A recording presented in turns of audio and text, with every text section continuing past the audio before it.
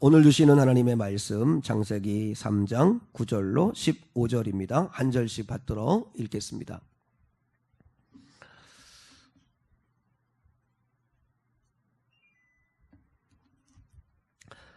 여호와 하나님이 아담을 부르시며 그에게 이르시되 내가 어디 있느냐 이르되 동산에서 하나님의 소리를 듣고 내가 벗었으므로 두려워하여 숨었나이다. 이르시되 누가 너의 벗었음을 내게 알렸느냐? 내가 내게 먹지 말라 명한 그 나무 열매를 네가 먹었느냐? 아담이 이르되 하나님이 주셔서 나와 함께 있게 하신 여자 그가 그 나무 열매를 내게 주므로 내가 먹었나이다. 여호와 하나님이 여자에게 이르시되 내가 어찌하여 이렇게 하였느냐? 여자가 이르되 뱀이 나를 꿰므로 내가 먹었나이다.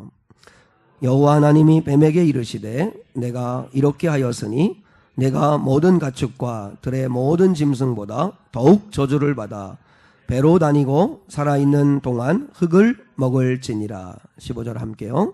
내가 너로 여자와 원수가 되게 하고 내 우선도 여자의 우선과 원수가 되게 하리니 여자의 우선은 내 머리를 상하게 할 것이요 너는 그의 발꿈치를 상하게 할 것이니라 하시고 아멘. 아멘.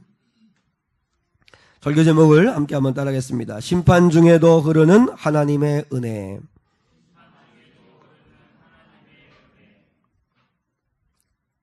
저를 이제 좀 바라봐 주시면 감사하겠습니다. 죄가 뭘까요? 죄는 사이에 담이 생기는 것이 죄라고 생각합니다. 하나님과 우리 사이에, 우리와 우리 사이에 생기는 막힌 담이 곧 죄입니다. 서로 투명하게 진실하게 서로 순수하게 거짓됨 없이 사랑하면 그것은 아름다운 것입니다. 그런데 숨기는 것이 있고 거짓됨이 있고 그리고 또한 부끄러운 모습들이 숨겨져 있다면 그것은 죄가 가로막고 있다는 뜻이겠죠. 아담과 하와가 범죄하고 난 다음에 가장 먼저 한 일은 하나님의 낯을 피하게 된 것입니다. 왜냐하면 하나님과 아담과 하와 사이에 죄가 가로막혀지게 되기 때문이었습니다. 예수님이 이 땅에 오신 이유가 뭘까요? 에베소서 1장 13절로 14절에 보면 하나님과 우리 사이에 막힌 죄의 담을 허물기 위하여 오셨다라고 분명하게 말씀하십니다. 이제는 전에 멀리 있던 너희가 그리스도 예수 안에서 그리스도의 피로 가까워졌느니라. 여러분 서두에 서론의 하나님의 말씀을 잘 들어야 여러분이 또 말씀을 잘 따라오실 수 있습니다. 에베소 1장 13절에서는 이렇게 말씀하죠. 예수 그리스도의 보혈의 능력을 말씀하세요. 전에는 너희가 하나님과 우리 사이에 멀리 있었는데 너희가 그리스도 예수 안에서 그리스도의 피로 가까워졌다.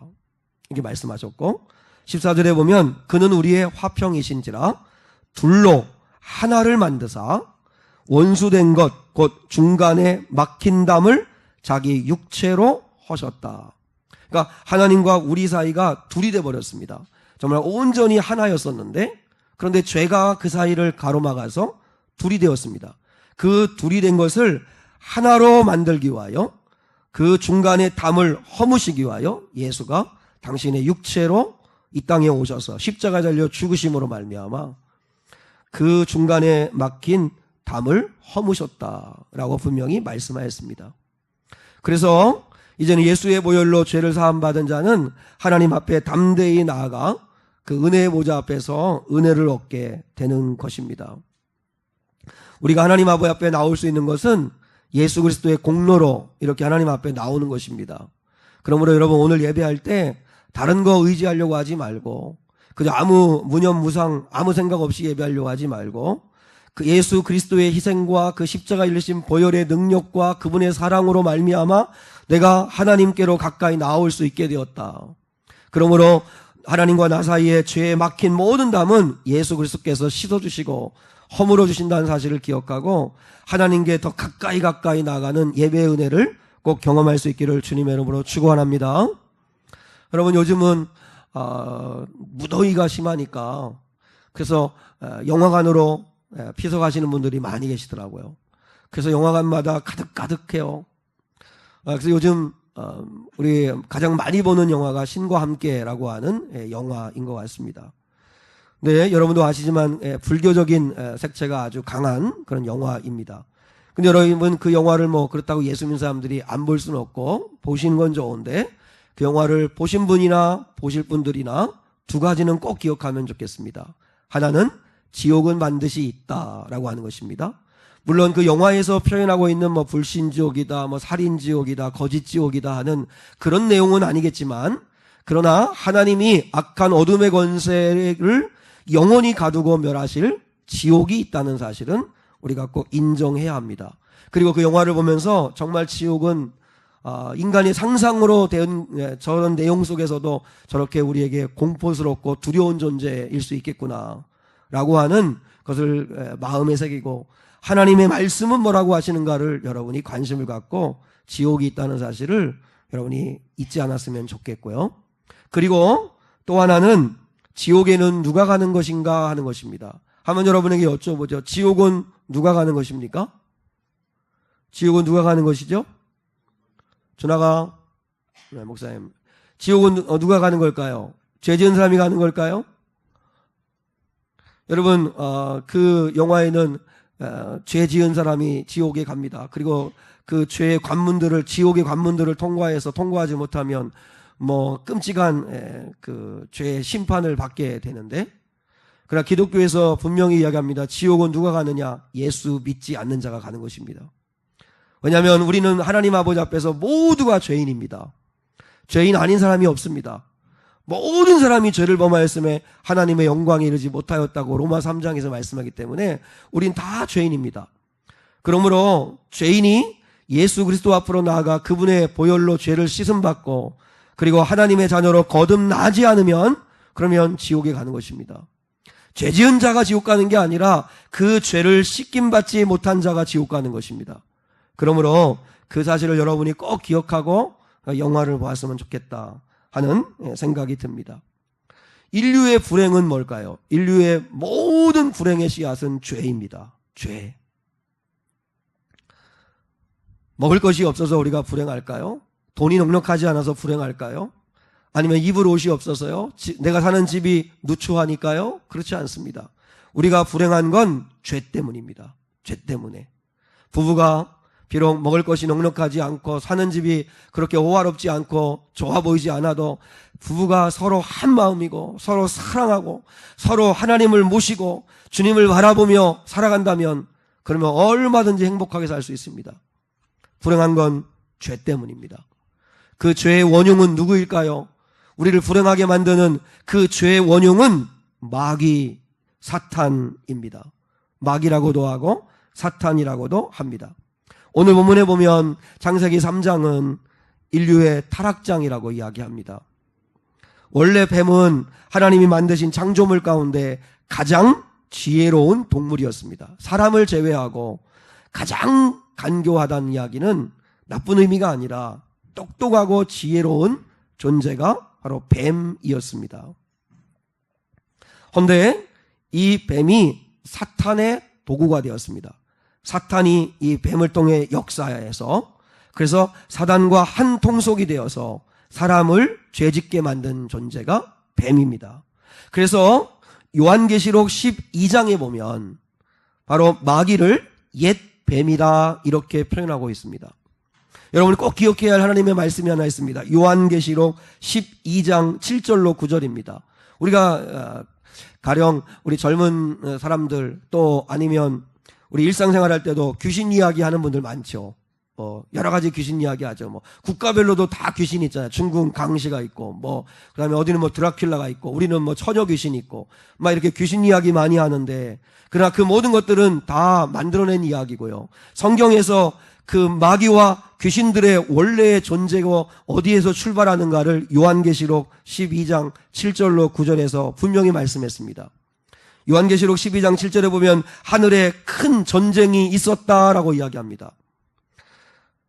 하늘에서 있었던 이 큰 전쟁은 무슨 전쟁이냐면 천사장 루시엘이라고 하는 자가 하나님과 같아지려고 교만한 마음을 가지고 하나님을 반역합니다.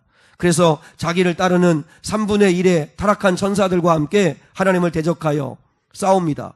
그때 이 루시엘을 대적하여서 싸우는 천사장인 미가엘인데, 하늘에 큰 전쟁이 있으니 미가엘과 그의 사자들이, 용은 마귀, 다시 말하면 루시엘을 말합니다. 그 용과 더불어 싸울새 용과 그의 사자들도 싸우나 이기지 못하여 다시 하늘에서 그들이 있을 곳을 얻지 못한지라. 큰 용이 내쫓기니 옛뱀 곧 마귀라고도 하고 사탄이라고도 하며 온 천하를 꿰는 자라. 그가 땅으로 내쫓기니 그의 사자들도 그와 함께 내쫓기니라. 분명히 말씀하고 있죠. 마귀와 귀신들이 어디로부터 온 건지. 바로 그들은 타락한 영들이었고, 그리고 하늘에 있을 곳이 없어서 하나님께로 내쫓겨져서 그들이 유리방황하다가 그들이 하나님의 가장 사랑을 받는 아담과 하와를 미혹한 것이죠. 그래서 아담과 하와를 죄 짓게 만들었죠. 근데 그 악한 존재의 원래 그 존재가 하는 일이 뭐예요? 온 천하를 꿰는 자예요. 어떻게든지 꼬드겨가지고 죄 짓게 만드는 일. 그게 바로 마귀가 하는 일이라는 것입니다. 오늘 본문은 이 악한 마귀에게 속아서, 그래서 아담과 하와가 죄를 지어서 하나님이 심판하는 내용이 오늘 본문의 말씀입니다. 하나님이 죄를 심판하시는데, 근데 하나님이 죄를 심판하실 때 우리가 주목해야 할 독특한 특징이 있다는 것입니다. 분명히 마귀에게 속아서 마귀와 뱀이 한통속이 되어서, 그래서 아담과 하와 아담을 미혹해서 죄를 짓게 하였습니다. 그러면 죄를 지은 아담과 하와도 마귀와 한통속이 된 것입니다. 그런데 하나님은 오늘 심판하실 때 마귀와 아담과 하와를 분리시켜서 심판하신다는 것입니다. 그 의미가 무엇일까? 그게 오늘 이 심판 중에도 깃들어 있는 하나님의 은혜라는 것입니다. 자, 여기까지 따라오셨습니까? 이해하십니까? 이해 안 돼요? 하나님이 심판하시는 장면에 두드러진 특징이 있는데, 심판 중에도 하나님은 구원의 은혜를 계속해서 열어놓으신다는 거예요. 자, 한번 그것을 확인하겠습니다. 첫째는 뱀과 여자를 따로 떼어서 심판하셨다는 것입니다. 자, 13절을 보겠습니다. 13절. 자, 시작. 여호와 하나님이 여자에게 이르시되 네가 어찌하여 이렇게 하였느냐? 여자가 이르되 뱀이 나를 꿰므로 내가 먹었나이다. 여기 보면 여자와 마귀가 한통속이 되어서 죄를 지었다는 사실을 분명하게 밝히죠. 그런데 하나님은 심판하실 때 14절에 보면 뱀을 심판하십니다. 자, 14절을 보겠습니다. 14절 시작. 여호와 하나님이 뱀에게 이르시되 네가 이렇게 하였으니 네가 모든 가축과 들의 모든 짐승보다 더욱 저주를 받아 배로 다니고 살아있는 동안 흙을 먹을지니라. 여기서 뱀을 심판했다는 이야기는 마귀를 심판했다는 이야기입니다. 근데 하나님은 물론 뒤에 가면 아담과 하와가 그 벌을 받습니다. 또 노동의 그 강도가 세지고 출산의 강도가 세지는 그런 죄의 심판을 받습니다. 그런데 오늘 14절에 보면 마귀를 심판할 때 마귀와 한통속이 되었던 그 여자를 따로 분리시켜서 마귀만을 심판하시는 것을 볼 수 있어요. 왜 그렇게 하실까? 이게 하나님의 사랑이라는 것입니다.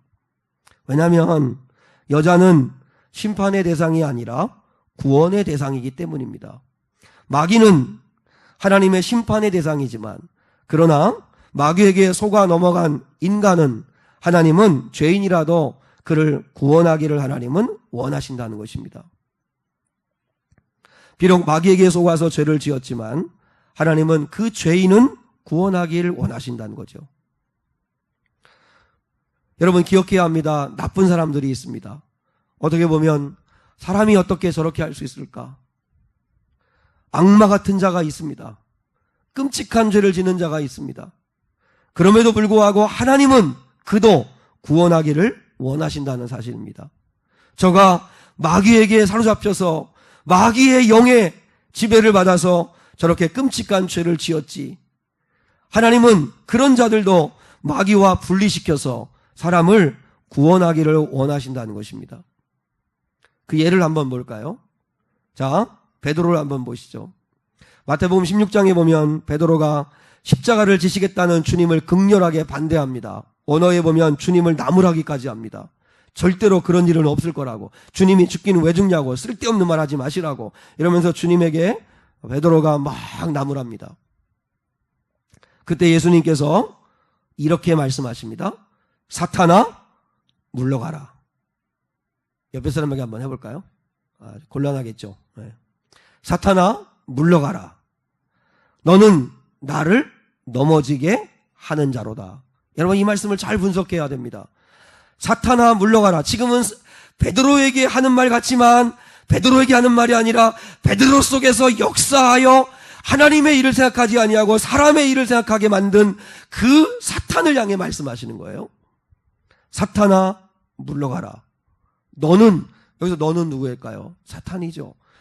엄밀하게 말하면 베드로일 수도 있겠지만 아니요, 베드로를 사로잡고 있는 사탄에게 너는 나를 넘어지게 하는 자로다 라고 이야기를 합니다.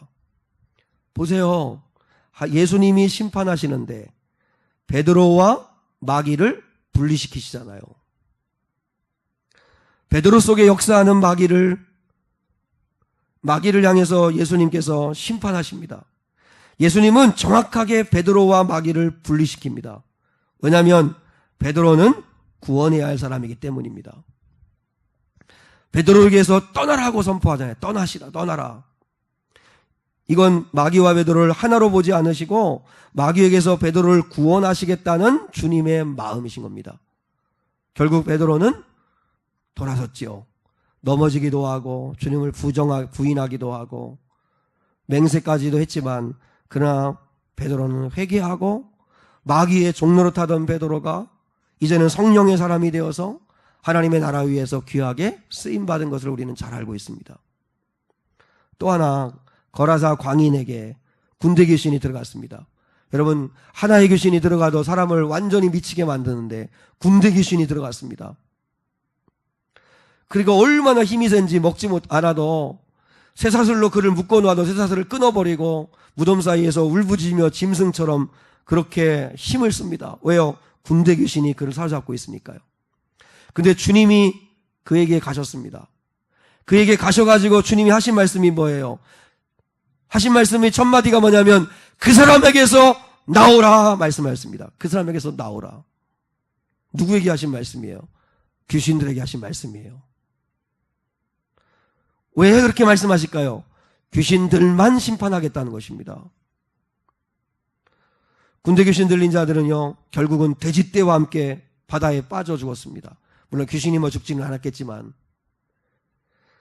한번 생각해 보세요. 그냥 그 사람을 바닷속에 그냥 달려들어 그도 죽게 하고 귀신을 멸할 수도 있었지만 주님은 그렇게 하지 않습니다. 그 사람에게서 나오라. 나오라. 그래서 귀신을 멸하시고 귀신을 떠나가게 하고 그 사람에게서 군대 귀신과 분리시키고 나니까 이 사람이 어떻게 되었다고 성경에 말합니까? 그가 옷을 입었습니다. 정신이 제정신이 되었습니다. 그리고 예수 앞에 앉아서 겸손히 말씀을 듣고 찬양을 합니다. 그리고 나도 주님을 따르겠다고 이야기를 합니다. 그때 주님이 너는 가정으로 돌아가라. 가서 내가 너에게 행한 일을 전하여라. 증인이 되게 하십니다. 그게 여러분 주님의 마음입니다. 주님의 마음. 왜 오늘 본문에서 뱀을 심판하실 때, 마귀를 심판하실 때 여자를 함께 심판하지 않으시냐면 바로 그 여인은 구원의 대상이기 때문에 그렇습니다. 이런 하나님의 마음으로 하나님이 우리를 사랑하신다는 것입니다. 여러분, 우리는요 성령의 사람이 되어서 거룩한 삶을 살아야 되는데 시시때때로 마귀의 사람이 되어서 죄짓고 넘어지고 할 때 얼마나 많습니까? 그럼에도 불구하고 하나님의 마음은 뭐예요? 우리를 구원하기를 원하신다는 거죠. 구원하기를 원하세요. 하나님은 우리들이 사탄의 도구가 되어 살기를 원치 않으십니다. 하나님은 사탄에게서 우리를 구원하시기를 원하십니다. 하나님의 사람으로 행복하게 살기를 원하십니다. 죄는 우리를 강력하게 끌어가는 힘이 있습니다. 그런데 죄의 종로를 하지 아니하고 성령의 사람이 되어서 의의 도구가 되어서 하나님을 영화롭게 하는 거룩한 자가 되기를 하나님은 원하신다는 거예요. 그러므로 사랑하는 성도 여러분, 하나님은 우리가 악한 마귀를 이길 수 있도록 우리에게 능력을 주셨습니다. 하나님이 우리에게 마귀를 이길 수 있는 능력이 뭐예요? 첫 번째, 예수 그리스도의 이름의 능력입니다. 한번 하겠습니다. 예수 그리스도. 능력의 이름 예수 그리스도. 이 예수 그리스도의 이름의 능력을 믿을 수 있기를 축복합니다. 베드로가 안진뱅이를 향해서 나사렛 예수 그리스도의 이름으로 일어나 걸으라 할 때 병에 사로잡혀 있고 그 다음에 죄에 사로잡혀 있고 그리고 또한 마귀에게 사로잡혀 있던 그를 구원해낸 것처럼 여러분 우리는 예수 그리스도의 이름을 선포해야 합니다. 그리고 성령의 능력이 있습니다. 성령이 우리 안에 오시면 마귀를 이길 능력을 주십니다. 마귀를 이길 은사를 주십니다. 그리고 또한 하나님 우리에게 생명의 말씀인 성경을 주셨습니다. 성경은 능력임을 믿으실 수 있기를 축복합니다. 하나님의 말씀을 우리가 붙들면 그 말씀이 나를 새롭게 하고 거듭나게 하는 것입니다. 너희가 거듭난 것은 썩어질 씨로 된 것이 아니요 썩지 아니할 하나님의 말씀으로 되었다고 그랬어요. 하나님의 말씀을 자꾸 들으셔야 되고 하나님의 말씀을 마음에 품으셔야 합니다. 그 말씀이 나를 살게 하는 것입니다. 할렐루야. 그리고 우리에게 교회를 주셨습니다. 서로 기도해 주라고, 서로 악한 마귀의 유혹에 넘어가면 붙잡아 주라고. 그래서 주의 종을 주고 성도를 주고 교회를 주셨습니다. 그래서 주일날이면 시때때로 나와서 기도하고 말씀으로 무장하라고, 그래서 하나님이 예배를 주셨습니다. 교회를 주신 건 여러분 영적인 싸움에서 이기라고 주신 거예요. 그런데 여러분 교회를 멀리하는 것만큼 마귀의 밥이 되는 방법은 없어요. 그러면 자꾸 교회를 가까이 하고 예배를 가까이 하고 어떻게든지 믿음 안에서 여러분이 악한 어둠의 권세를 이기셔야 합니다. 하나님의 마음이 뭐예요? 하나님이 그렇게 당부하고 명령하고 먹지 말란 그 선악을 알게 하는 열매를 굳이 따먹어서 죄를 짓게 만들고 영원히 죽을 수밖에 없는 죄인이 된 그들을 향해서 하나님이 심판할 때 그 원흉이었던 마귀를 심판하시고 그리고 떼어놓으셔서 여전히 반드시 죽으리라 했지만 아담과 하와는 죽지 않았습니다. 영적 죽음을 1차적으로 맞이한 거고요. 육신의 죽음은 900년이 넘는 삶 동안 살다가 하나님 앞에 흙으로 갔죠. 사랑하는 여러분, 하나님의 마음을 아셔야 합니다. 하나님 마음은 저와 여러분을 구원하기를 원하십니다. 마귀에게 종노릇하지 아니하고 여러분 승리하는 삶을 살기를 원하십니다. 이 삶을, 이 하나님의 마음을 꼭 깨달아 알 수 있기를 축복합니다. 절대로 죄의 종노릇하지 말고 성령의 사람 되고 진리로 무장해서 사탄을 이기는 거룩한 주의 종들이 될 수 있기를 축복합니다. 두 번째, 뱀과 여자를 하나로 보지 않고 심판하신 이유는, 마귀를 먼저 심판하신 이유는 여자의 후손에게서 구원자가 오실 것이기 때문입니다. 자, 오늘 15절 보겠습니다. 15절. 오늘 본문 15절입니다. 같이요. 시작. 내가 너로 여자와 원수가 되게 하고 내 후손도 여자의 후손과 원수가 되게 하리니 여자의 후손은 내 머리를 상하게 할 것이요 너는 그의 발꿈치를 상하게 할 것이니라 하시고.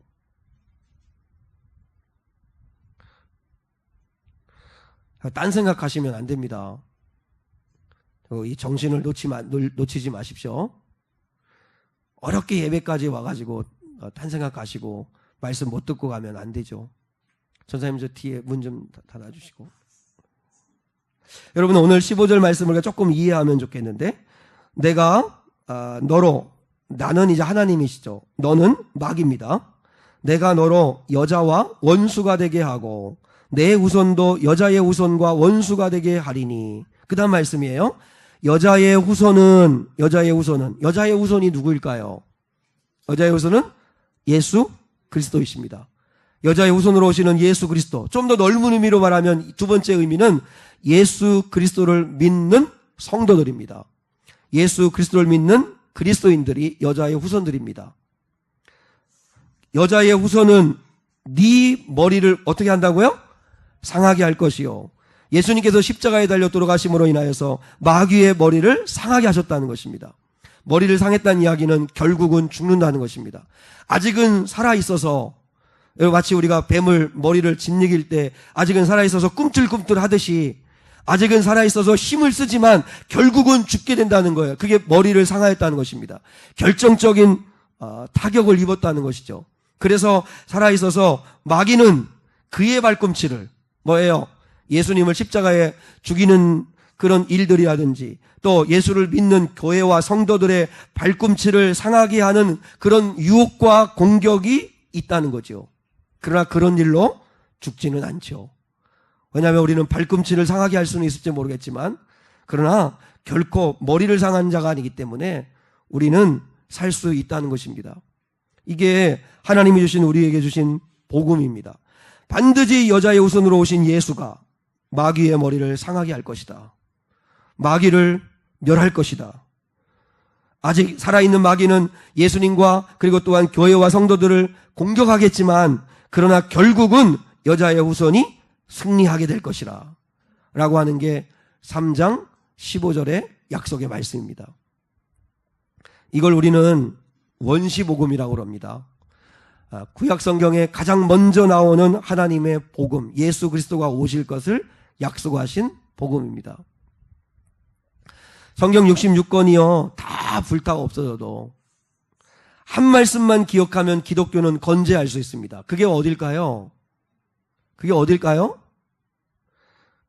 여러분 성경 66권 이 1189장을 그 한약을 달리는 그 탕기에 넣고 끓여가지고 그 액기스를 짜고 짜서 한 방울 떡 떨어뜨려서 남는 그 한 구절의 말씀이 어디일까요? 요한복음 3장 16절입니다. 요한복음 3장 16절이 복음 중에 복음입니다. 요한복음 3장 16절을 우리 예전에 우리 한국교회는 교회학교에서 어린아이들까지 이걸 다 암송할 수 있도록 노래로 가르쳤지요. 한번 해보겠습니다. 요한복음 3장 16절 시작. 하나님이 세상을 이처럼 사랑하사 독생자를 주셨으니 누구든지 예수 믿으면 멸망하지 않고 영생을 얻으리로다. 요한복음 3장 16절. 아는데 안 하는 거예요? 아니면 모르시는 거예요? 모르시는 분들은 교회 학교를 안 다니신 걸 같고, 여러분 요한복음 3장 16절이 기독교의 핵심 중에 핵심 구절입니다.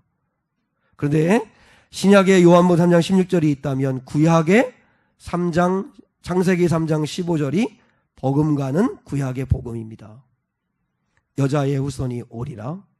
그가 마귀의 머리를 멸하리라. 마귀가 여자의 후손의 발꿈치를 상하게 할지는 몰라도 그러나 결국은 마귀는 멸하여지리라 하는 하나님의 약속의 말씀이 담겨 있다는 거죠. 여러분, 우리 하나님은 저와 여러분의 마음은 한 사람이라도 구원하기를 원하셔서 그 구원의 계획을 계속 펼쳐가신다는 것입니다. 우리나라 시인 가운데 유시화라고 하는 시인이 있습니다. 유시화라고 하는 시인이 계신데 그분이 자신의 트위터에 글을 하나 올렸습니다. 수도승과 전갈 이야기라고 하는 글입니다. 수도승과 전갈이라고 하는 글인데 한 수도승이 인도의 이제 겐지스강에 목욕을 하러 갔습니다. 이제 옷을 벗고 강으로 이제 들어가서 이렇게 몸을 씻는데 우연히 전갈 한 마리가 물에 빠져서 허우적거리는 걸 봤습니다. 여러분, 전갈이 수영할 수 있을까요? 없을까요? 잘 모르시죠? 한번 여러분 전갈을 구해다가 한번 물에 한번 던져보시면 아실 것 같은데 전갈은 수영하지를 못합니다. 그래서 이제 물에 막 이렇게 허우적거리면서 물에 빠져 죽어갑니다. 그때 이 수도승이 자신의 손바닥에 전갈을 이렇게 받아서 이제 그 강가에 내어주려고 받아서 갑니다. 익사 직전에 구조된 이 전갈이 정신을 차리자마자 본능적으로 자신도 모르게 꼬리에 독침으로 수도승의 손바닥을 찌릅니다. 뜻밖의 일격을 당한 이 수도승은 견딜 수 없는 고통이 온몸에 통증으로 오면서 비명을 지르면서 손을 털어버렸습니다. 그러니까 이 전갈이 다시 물에 빠져서 허우적거립니다. 통증에서 좀 어느 정도 회복된 이 수도승이 여전히 물속에서 버둥거리고 있는 전갈을 보고 또다시 연민이 일어나서 다시 손바닥 위에 올려놓습니다. 그러나 몇 걸음 옮기기도 전에 전갈이 재차 수도성을 또 찌릅니다. 처음보다 더 심한 이 독이 팔을 타고 머리까지 어지럽게 만듭니다. 순간적인 통증에 손을 흔들자 다시 전갈은 또 물속에 빠져가지고 또 막 허우적거리고 죽어가죠. 이번에도 수도성은 또 포기하지 아니하고 또 다시 전갈을 구조합니다. 그때 강둑에서 그 모습을 지켜보고 있던 남자가 소리를 칩니다. 전갈을 그냥 내려놓으세요. 그렇지 않으면 계속 독침에 찔려가지고 당신 죽습니다. 전갈은 전갈의 운명에 그냥 맡기세요. 독충에게 왜 자비를 베풀려고 하세요? 독충에게 자비를 베푸는 건 무의미한 일입니다. 전갈은 아무것도 깨닫지를 못합니다. 당신이 아무리 살리려고 해도 전갈이 뭘 깨닫겠습니까? 근데 수도성은 그 충고를 듣지 않고 전갈을 다시 손바닥 위에 올려놓고 물가로 걸어갑니다. 강둑에 도달하기 전에 전갈이 세 번째로 또 침을 쏘아댑니다. 이번엔 통증이 폐와 심장까지 번지는 것처럼 느끼면서 수도성이 비틀거리면서 물속에 빠집니다. 넘어집니다. 근데 손바닥에 있는 전갈을 여전히 보호하고 있어요. 그 모습을 지켜보고 있던 남자가 황급히 달려와가지고 수도성을 이제 건져서 강가로 올립니다. 그때 수도성이요, 희미한 정신을 가지고 손을 펼쳐서 그 전갈을 모래사장에 내려놓는데 성공을 합니다. 전갈은요, 뒤도 돌아보지도 아니하고, 감사하다고 얘기는 해야 될 거 아니에요, 그죠? 뒤도 돌아보지 아니하고 재빨리 사라졌다고 그래요. 근데 그 모습을 지켜보던 수도성이 미소를 짓더래요. 그 모습이 너무 이해가 안 되는 남자가 물었답니다. 도대체 이런 상황에서 미소가 나오냐? 당신 저 전갈놈 때문에 죽을 뻔했다. 아니야. 전갈은 계속 당신을 찌르는데 왜 그때마다 포기하지 않고 전갈을 구하려고 하냐? 근데 수도성이 그렇게 말을 했다고 합니다. 당신이 말이 맞다. 그러나 전갈은 악의를 가지고 나를 찌르는 게 아니다. 물의 본성이 젖게 하는 것이듯 전갈의 본성은 찌르는 거다. 근데 수도성의 본성은 위험에 처한 생명체를 구하는 게 수도성의 본성이다. 당신 말대로 전갈을 내가 살려주려고 손바닥에 담아서 가져간다는 것을, 안전한 곳에 데려간다는 걸 전갈은 죽었다 깨나도 그의 전갈의 의식으로는 이해 못할 거다. 그럼에도 불구하고 더 높은 전갈의 본성이 이해하지 못하는, 다다를 수 없는 더 높은 그를 살려내고자 하는 수도성의 의식의 차원이 있다는 거, 전갈은 모르겠지만 나는 저를 살리는 게 내 본성이기 때문에 살린다. 그렇게 얘기를 했다는 거죠. 여러분, 이 이야기가 주는 메시지가 뭘까요?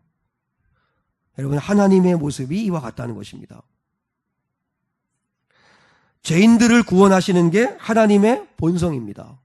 하나님은 어떻게든지 죄인을 살려내시고자 하시는 게 하나님의 마음입니다. 여러분, 죄인들은요, 죄인들의 의식세계에서는 하나님의 그 놀라운 구원의 계획, 죽었다 깨나도 모릅니다. 독생자를 보내시고, 그 예수가 인류의 모든 죄를 짊어지시고 십자가에서 달려 죽으시고, 그 예수가 다시 사망 권세 계시고 사흘에 부활하시고 하신 이 구원의 놀라운 진리를 모릅니다. 어떻게 죄인인 인간의 본성이 그 하나님의 놀라운 구원의 의식세계를 이해할 수 있겠습니까? 여러분, 전갈은 그냥 쏘는 본성밖에 없습니다. 우리도 죄인이라서 늘 죄 짓는 것밖에 할 줄 모릅니다. 그런데 하나님은 당신의 본성대로 우리를 구원하시려고 하신다는 것이죠. 그래서 놀라운 구원의 길을 열어놓으신다는 거죠. 그게 바로 여자의 후손으로 독생자 예수가 이 땅에 오신다는 것입니다. 지금 여러분, 우리가 살아가는 세상을 한번 여러분 둘러보십시오. 죄가 홍수처럼 넘쳐나고 있는 시대가 지금 이 시대입니다. 악한 마귀의 공격이 뭔지 아세요? 지난주에 한번 제가 말씀드렸죠. 마지막 시대의 마귀의 전략이 뭐냐? 우리를 분주하게 만드는 거다. 분주하게. 그래서 말씀에도 관심 없게 만들고, 예배 자리에도 오지 못하게 하고, 기도의 자리에 있지 못하도록 분주하게 만드는 게 마귀의 유혹이다. 또 하나가 있는데 뭐냐면 자기 생활에 얽매이게 만드는 것입니다. 그래서 그 눈앞에 있는 자기 일. 그리고 오늘 1부회 때는 우리 아이들한테 자기 인생은 어떻게 되고 시대는 어떻게 될지는 알지도 못하고 저 게임, 연예인, 노는 거, 친구 만나서 노는 거, 그거밖에 볼 줄 모르는 그런 근시안적인 인생 되지 마라. 우리 성도들도 마찬가지입니다. 여러분, 저나 여러분들은 별반 다를까요? 그저 관심이 내 개인적인 일, 그저 내 삶, 지금 이 시대가 어떻게 움직이고 있고 지금 악한 어둠의 권세가 보이지 않는 거대한 죄의 물결을 어떻게 만들어내고 있는지는 관심도 없고 그저 내 일, 그저 내 개인적인 일, 그 작은 이익 거기에만 함몰되어 살아가도록 만드는 게 마귀의 유혹이라는 것입니다. 제가 일부 예배 때도 말씀을 드렸지만 그 일주일에 한 번씩 배달되어지는 가스펠 투데이라고 하는 그 기독교 신문이 있습니다. 거기에도 기고되어진 글이기도 하고 그 전에 제가 국민일보에서도 그 글을 보았는데 여러분 NAP라고 하는 게 뭔지 아십니까? NAP 혹시 성도 가운데 아는 분이 있습니까? NAP는 뭐냐면 법무부가 추진하고 있는 국가인권정책 기본계획이라고 하는 것입니다. 여러분 NAP는 국가인권정책 기본계획서입니다. 우리나라는 2007년부터 5년 단위로 대한민국 정부가 개선해야 될 인권의 문제는 뭐가 없는가를 제안하는 계획서를 내었습니다. 근데 지금 올해가 5년째가 되어가지고 우리나라의 인권에 개선해야 될 중요한 현안이 없는가에 대한 이 문제를 담은 국가인권정책 기본계획이라고 하는 NAP를 그 법무부 인권국에서 제안을 했습니다. 그래서 지난 4월에 법무부가 발표한 NAP 이거를 국무회의에서 통과시켜서 법령화하려고 하다가 교계와 시민단체들, 목사님들, 교회의 강력한 저항에 부딪혀서 지금 유보한 상태입니다. 여러분 그러면 왜 정부가 추진하려고 하는 이 NAP를 교회가 그렇게 반대하는 건가? 이유가 뭔가? 법무부 인권국이 추진하려고 하는 NAP 안에는 인권차별 혐오방송의 심의 강화 그리고 사전적인 뜻조차 모호한 성소수자에 대한 표현이 담겨져 있습니다. NAP에는 27군데나 성평등이라는 단어가 들어가 있습니다. 근데 기독교에서는 성평등이라는 이 말을 양성평등이라는 말로 바꿔달라는 것입니다. 양성평등이 뭐예요? 남녀가 평등하다는 뜻입니다. 근데 성평등이라는 건 뭐예요? 남녀 말고도 남자와 남자, 여자와 여자, 그리고 사람과 짐승, 그 성소수자까지 다 성은 평등하다라고 하는 정신이 담겨져 있는 내용입니다. 여러분 성평등이라면 남자, 여자의 양성평등만 주장하면 되는데 성소수자들의 성도 평등하다는 걸 거기에 담고 있는 겁니다. 그래서 이 국가인권기본계획서가 시행이 되고 나면 다음 단계로는 뭐냐면 성차별금지법, 동성혼 합법화가 계속 이어지게 되는 것입니다. 그 출발이 되어지는 것이 NAP이기 때문에 여러분 교회가 또 CBS에서 또 그리고 많은 목회자들이 삭발을 하고 혈서를 쓰고 청와대에 가서 단식 투쟁을 하면서 지금 그걸 반대하고 있는 것입니다. 언제 국무회의에서 통과될지 몰라요.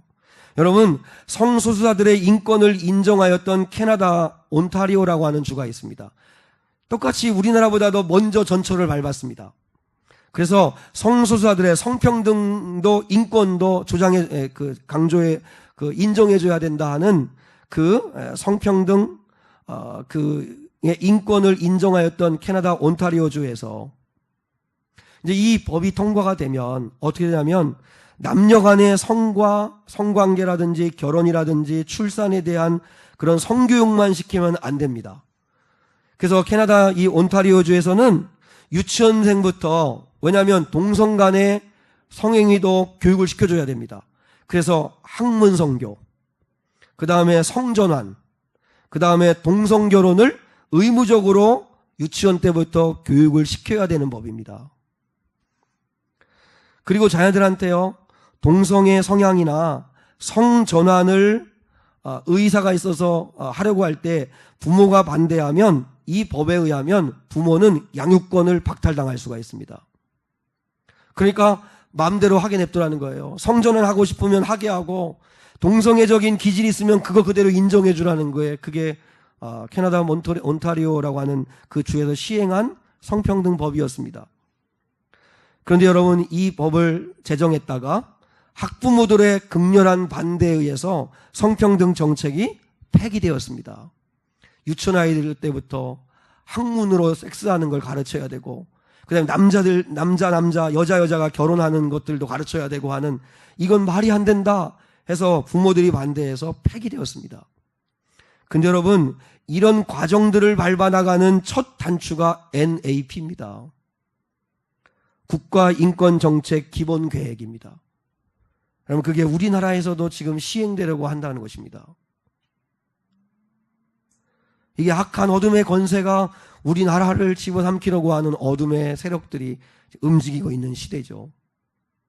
그래서 여러분, 지금 나쁜 성평등 정책으로 동성애와 동성결혼을 합법화하려는 국가인권정책 기본계획의 국무회의를 통과하는 것을 반대한다 하는 국민청원을 지금 하고 있습니다. 저도 했습니다. 여러분도 반대한다는 데에 들어가셔서 찬성표를 던지셔야 합니다. 가만히 보고 있고 남 얘기처럼 생각하지 마시고, 지금 여상한 성도 여러분, 기독교 앞에는 수없는 어둠의 세력들이 밀려오고 있습니다. 그냥 나만 하나님 잘 믿는 개인 신앙으로, 개인 구원으로만 만족해서 신앙생활을 지킬 그런 시대가 아닙니다, 이제는. 자녀 여러분, 지금은 인본주의자들의 극렬한 기세가 우리에게 몰려옵니다. 반기독교 세력들이 힘을 합쳐서 기독교를 무너지게 하려고 합니다. 유럽이나 아프리카는요 10만 100만 명이 모여서 기독교 집회를 하던 곳인데요, 지금은 이슬람이 다 장악했습니다. 이슬람이 한국에도 밀려옵니다. 난민들 잘 분별해야 되고, 난민들에 대한 그 이야기도 우리가 더 심사숙고해야 되고, 하나님 아버지 앞에 물어야 할 질문입니다. 여러분, 오늘날 성적으로 얼마나 물러납니까? 우리나라가 소돔과 고모라성이 되어가고 있습니다. 이단들의 공격은 또 얼마나 많습니까? 젊은 아이들을 다 도둑질해 가고 있습니다. 지금이 그런 시대입니다, 지금이. 근데 우리는 다 그냥 내일, 나 먹고 사는 일, 그저 내 직장, 그거에만 몰두해서 지금 악한 어둠의 권세가 시대를 어디로 끌어가고 있는지 우리가 모르고 있으면 당하는 거죠. 여러분, 이와 같을 때 다시 오늘 창세기 3장 15절을 붙들어야 합니다. 여자의 후손이 오셔서 악한 마귀의 머리를 상하게 하고 짓밟으시는 것처럼 하나님 다시 교회 성도들이 회개하고 다시 진리의 말씀으로 무장하고 죄로부터 돌아서는 그런 놀라운 변화가 없이는 여러분, 이 시대를 이길 수 없습니다. 다시 성령의 능력을 회복해서 주님 악한 마귀의 머리를 짓밟게 하시고 악한 어둠의 권세를 등이 이길 수 있는 거룩한 자들이 되게 하여 달라고 기도해야 합니다. 우리 그리스도인은 이 땅에서 독립군으로 사셔야 합니다. 여러분, 이 땅에서 예수 믿는 사람들은 좁은 길을 가야 합니다. 술자리, 주일 예배로 인해서 불이익을 당하는 자리에 몰리는 게 지금 우리의 기독교인들입니다. 근데 그 자리에 서야 합니다. 불신자보다도 시간과 노력을 더 들여서 성실하게 일하시고 공부하고 열심히 뛰으셔야 합니다. 믿기 때문에 금정상 손해를 보는 것도 담당해야 합니다. 비난받고 욕설을 시달리는 것도 감당해야 합니다. 그러나 성도는 이 땅에서 독립투사하기 때문에 낙심하지 않습니다.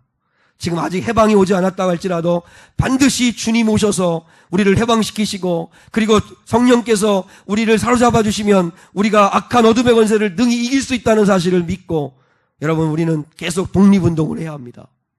믿습니까? 여러분, 우리가 바로 서 있어야 합니다. 앞서 서두에 요한계시록 12장에 하늘에서 쫓겨난 마귀와 귀신들이 믿는 자들을 공격하고 있다는 말씀을 드렸습니다. 근데 결국이 어떻게 될 것인가? 요한계시록 12장 10절로 12절에서 이렇게 밝히고 있습니다. 마지막이니까 한번 찾아보죠. 자, 요한계시록 12장 10절로 12절 한번 찾아보겠습니다. 우리는 이 말씀을 창세기 3장 15절과 연계돼서 이 말씀을 붙들어야 합니다. 창세기에 있는 말씀, 요한계시록에 있는 말씀, 가장 첫 책과 마지막 책에 있는 말씀만 붙들면 되는 거예요. 요한계시록 12장 10절로 12절 같이 읽습니다. 시작. 내가 또 들으니 하늘에 큰 음성이 있어 이르되 이제 우리 하나님의 구원과 능력과 나라와 또 그의 그리스도의 권세가 나타났으니 우리 형제들을 참소하던 자 곧 우리 하나님 앞에서 밤낮 참소하던 자가 쫓겨났고 또 우리 형제들이 어린 양의 피와 자기들이 증언하는 말씀으로써 그를 이겼으니 그들은 죽기까지 자기들의 생명을 아끼지 아니하였도다. 그러므로 하늘과 그 가운데 거하는 자들은 즐거워하라. 할렐루야. 할렐루야. 사랑하는 여러분, 우리는 어린 양의 피와 자기들이 증거한 하나님의 말씀의 약속과 그 말씀을 붙들고 악한 마귀와 싸워 이겨야 합니다. 우리는 예수님과 함께하면 이길 수 있습니다. 예수가 이기신 것처럼 우리도 얼마든지 이길 수 있습니다. 그러므로 하늘과 그 가운데 거하는 자들은 즐거워하라. 즐거워하라. 말씀하고 있습니다. 우리 사랑하는 성도 여러분, 절대로 두려워하지 마십시오. 심판 중에도 하나님은 우리를 구원하기를 원하십니다. 마귀를 멸하신다 할지라도 마귀에게 속하여 있는 우리를 분리해서 구원해내기를 원하십니다. 그리고 여자의 후손에게서 예수 그리스도가 죄인의 혈통에서 예수 그리스도가 성령으로 잉태되어 이 땅에 오셨습니다. 그러므로 그 예수를 믿는 저와 여러분들도 능히 어둠의 권세를 이기고 승리할 수 있습니다. 그러므로 사랑하는 성도들이 눈 감고 살지 마시고 뉴스도 보시고 국민일보도 보시고 그래서 악한 마귀가 이 시대를 어디로 끌고 가는지, 이 정부는 이 민족을 어디로 가고 있는지 영적으로 봐야 합니다. 영적으로. 성경적으로 보셔야 합니다. 그래서 분별해내시고, 여러분 무엇보다도 악한 어둠의 권세가 이 민족을 점점점 하나님의 말씀에서 떠나게 만드는 일들이 얼마나 많은지 모릅니다. 이때 기도해야 하고 이때 깨어서 하나님 앞에 바로 서 있어야 합니다. 그래서 여러분 두 가지 신앙을 꼭 붙드십시오. 임마누엘의 신앙, 하나님이 지금 나와 함께 하신다. 그리고 마라나타의 신앙, 아멘, 주님 오시옵소서. 성령이여 오셔서 승리케 하옵소서. 주님 오셔서 우리 교회를 승리케 하옵소서. 악한 어둠의 권세를 능히 이기게 하옵소서. 기도하는 저와 여러분이 될 수 있기를 주님의 이름으로 축복합니다.